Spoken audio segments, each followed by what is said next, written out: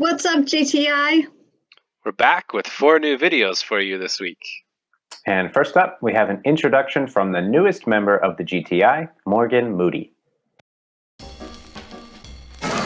My name is Morgan Moody. I am from the state of Virginia in the United States, but I've lived all across the country.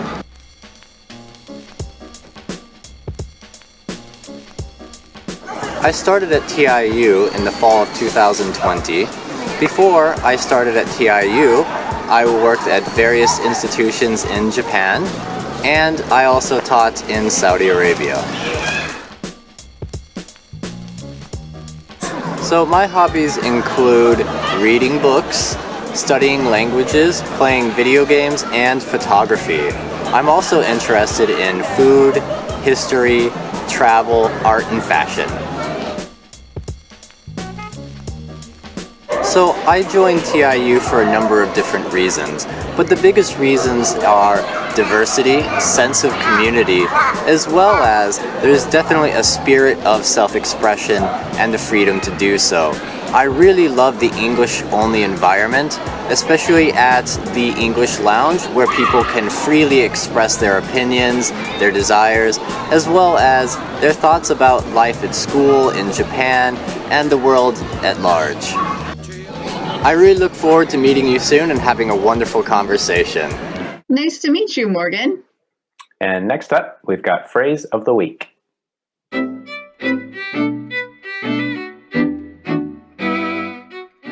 Hello everyone. The phrase of the week this week is get wind of. To get wind of something means to learn about it indirectly, or by chance or accident.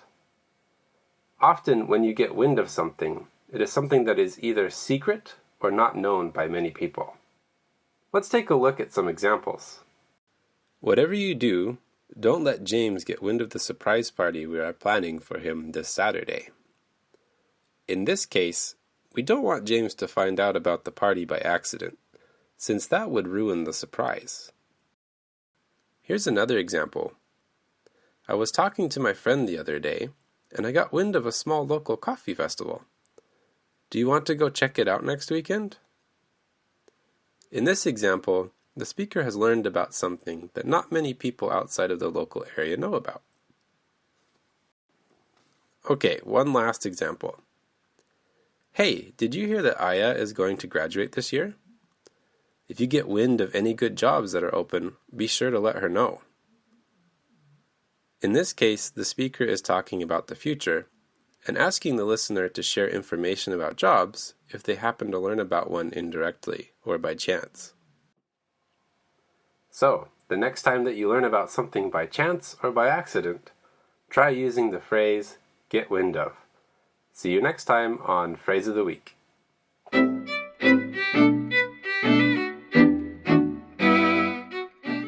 So I got wind that there's a big event going on in the U.S. this week. Oh, you mean the election?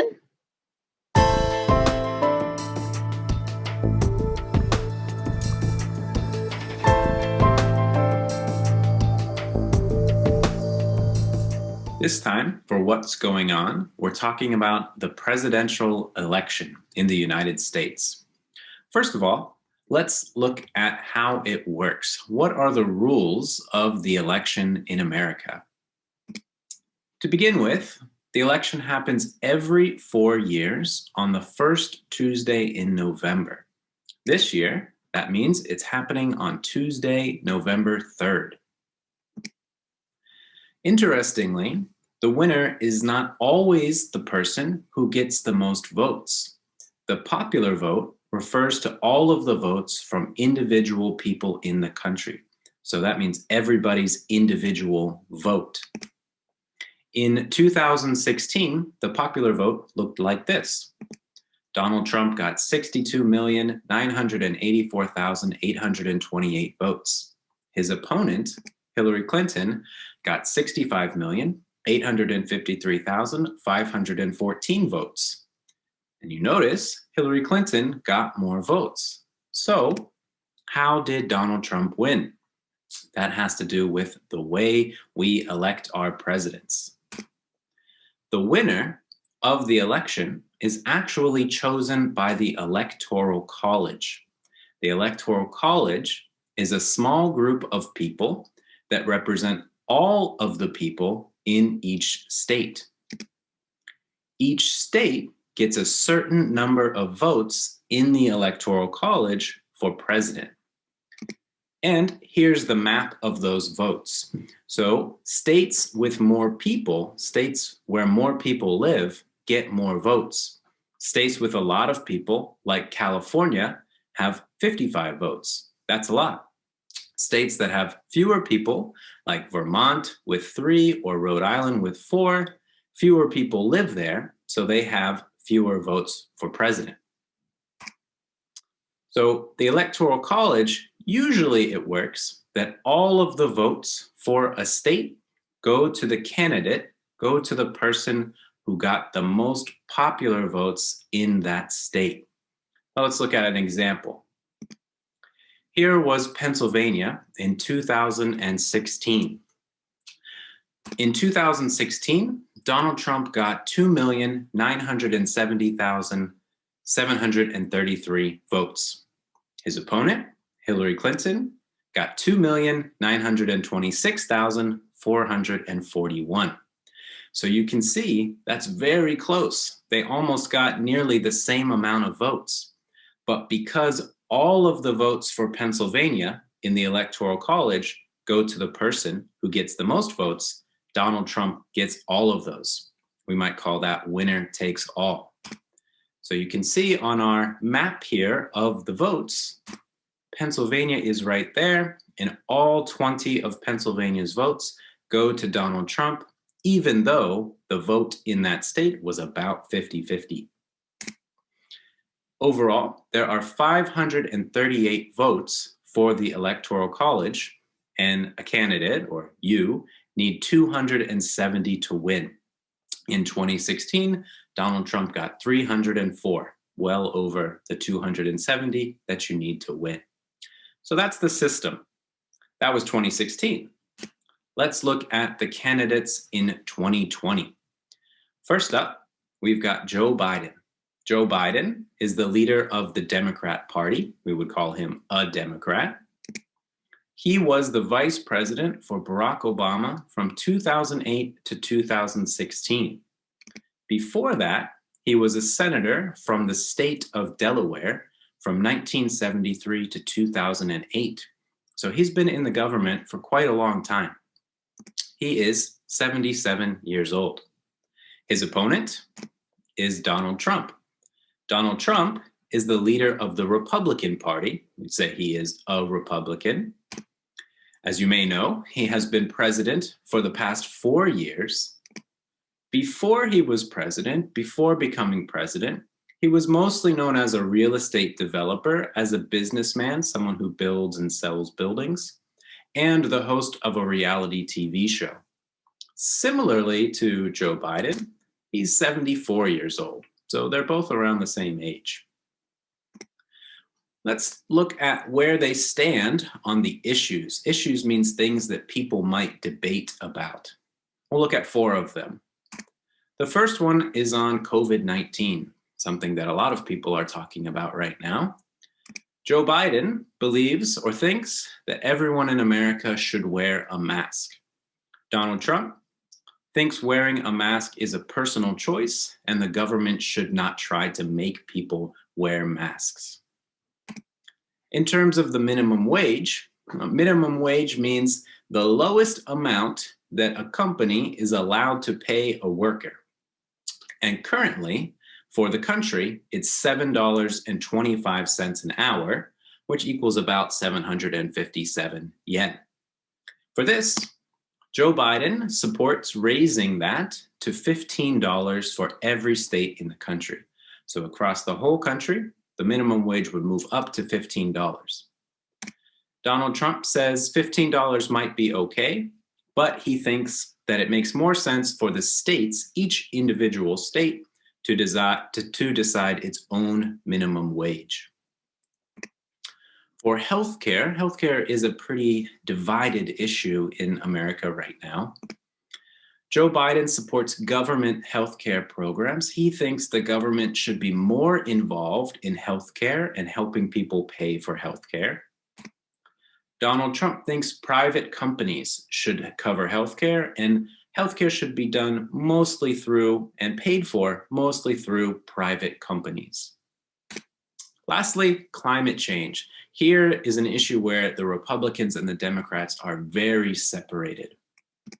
Joe Biden he thinks the government should create laws to fight climate change and should make limits on what companies can do. Donald Trump has ended environmental protections that stop companies from polluting or cutting down trees or other things like that. And he still supports the use of fossil fuels like oil. So that's a couple of the issues, and that's where they stand. Now let's look at the election results. So what will actually happen on election day? Usually, we know who wins the election on the night of the election or very early the morning after. In 2016, just in the early morning after, we found out that Trump won and he was going to be president. This year, things are a little bit different. Because of COVID, a lot more people are voting by mail. It takes a little bit longer to count those ballots, to count those votes. So we might not know who won the election the night of, or the day after, or maybe even the day after that. So it's going to take a little bit more time this year, probably, to know who won the election. Whoever does win always is elected, always starts being president on the same day. That's on January 20th. So on January 20th, 2021, Trump will either continue being president or Joe Biden will begin his presidency. Until then, we just have to wait and see what happens. So that's what's going on right now with the US election.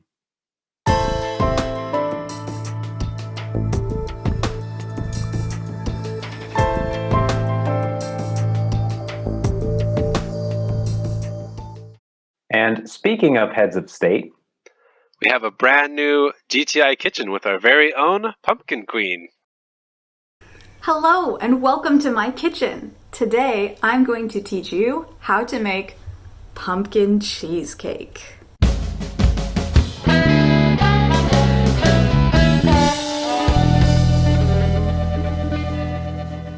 You will need whipping cream, butter, and cream cheese for this recipe. You also need brown sugar, cookies, gelatin, and hot water for the gelatin. If you like, you can use spices. I like cinnamon, nutmeg, cloves, and ginger.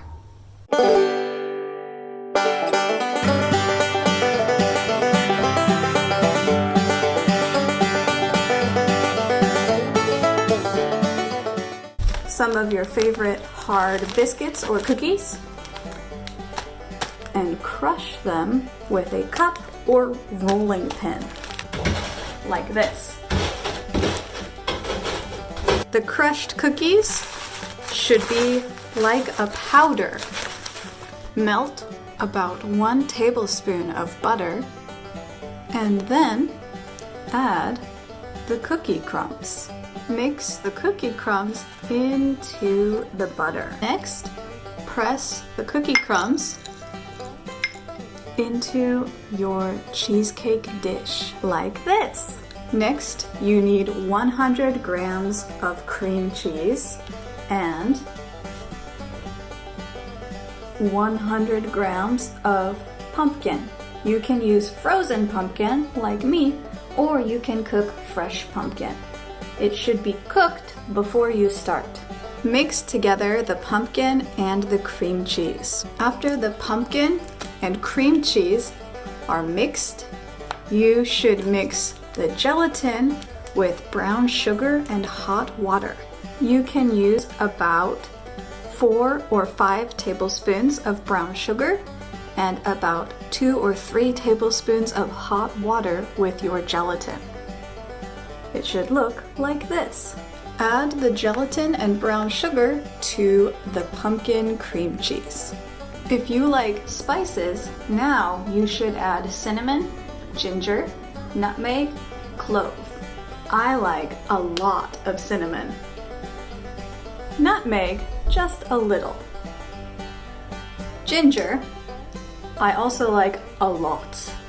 Clove, just a little bit. Whipping cream, 100 milliliters makes 200 milliliters whipped cream. Whipping cream, whipped cream. We will use whipped cream for this cheesecake. Mix the whipped cream into the pumpkin cheesecake batter.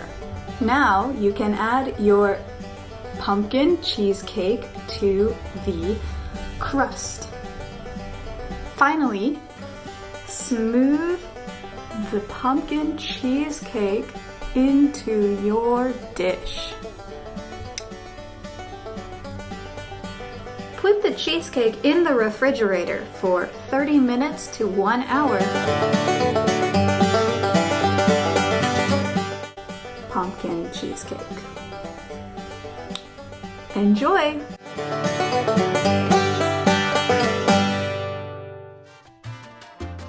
Well, that's all we have time for this week. As always, thanks for watching. See you next time. Bye.